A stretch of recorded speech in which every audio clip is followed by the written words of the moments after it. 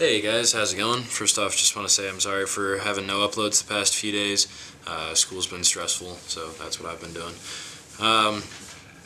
Second off, I wanted to throw out some ideas and just a recommendation that if you've been apprehensive about picking up some paracord and trying some stuff out because you thought it would be hard, I know I looked at some of the paracord instructional videos and they seemed really complex and above the level of something that I wanted to put a whole lot of time into.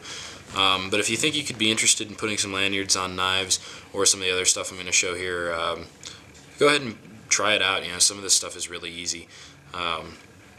So as you guys can see, I've got some lanyards here, the Resilience, got one on a flashlight, ZT, both the AKs, Zombie Killer. So those are, in the case of the Zombie Killer, that was that I could use two hands if I wanted to. You know, just grip a little bit lower onto the there and have something to fill my hand.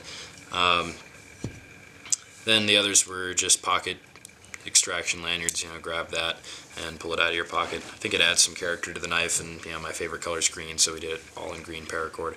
This is actually a nylon cord, it's not paracord. I'm hoping that if it were paracord, it would be a little bit thinner and more willing to go through the holes that they put in knives for lanyards, because this was a little hard to get through, needed to be thinned out just a little bit. I'll show you guys how to do that really quick. So then down to the two projects that I really like. Like I said, the lanyards are easy. What I did with them, let me grab some of this cord. Oh crap, wrong end. Here we go, maybe? No? Okay. I would just stick it through the hole and then tie simple little knots. So I would do the equivalent of that, basically. That's what all these knots are. So just a simple little knot, and it gives plenty of grip for your hand. The bullets, I just drill pressed through them. They were kind of a bitch to clamp, but I think you guys will be able to figure it out. It's not incredibly hard. Yeah, like I said, if you've been apprehensive about trying out one of these projects, try it out. This is one of the most fun that I've had playing with knives in a little bit. Sort of inspired me to get back into doing a little bit of work on knives so I could show you guys some stuff. So in light of that, here we have my little K-bar Archeron or Shirion, whatever, and that handle is actually made from melted cord. So you know, it's a pretty firm little grip, definitely more hand filling than the one, you know, just the metal itself, and I think it's pretty sturdy. I think I'm going to be buying a couple more of these and trying to put on a wood and then maybe even a G10 handle, so we should have videos on those, hopefully of the entire making process. This, I just wrapped it really tight and compressed it, and then held it while, you know, I scorched it a little bit to get it to stay in place, and then went around with the lighter and sort of solidified the segments.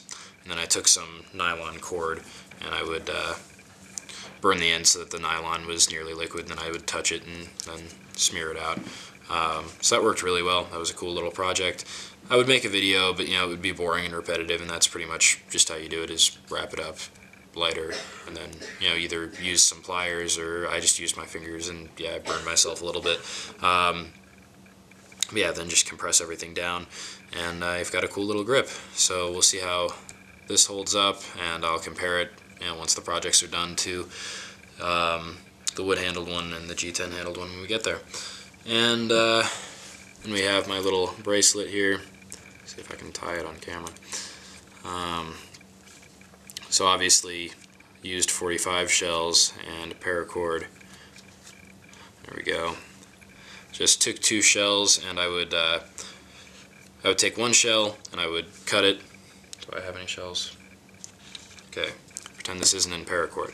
I would cut it this way and this way with the Dremel tool and the grinding wheels. Then I would use a vise to compress it down so it was smaller, so it could fit into another shell. Use the vise to put them together, and then the drill press to drill a hole big enough for the paracord to go through, and just two paracord knots to keep the shells from going all the way around so we can have some slack on the paracord. And got a cool little bracelet. I definitely like it. You know, I could be biased because I made it. I'm pretty inclined, I think I'm going to make more with some of the aluminum shells, so maybe like one brass, one aluminum. I think it would be really cool, and like I said, if I didn't mention that while I was talking about lanyards, cool way to recycle some brass if you're not using it for reloading or anything like that. Go ahead and drill it out and make it a bead for your lanyards. I think it looks really cool.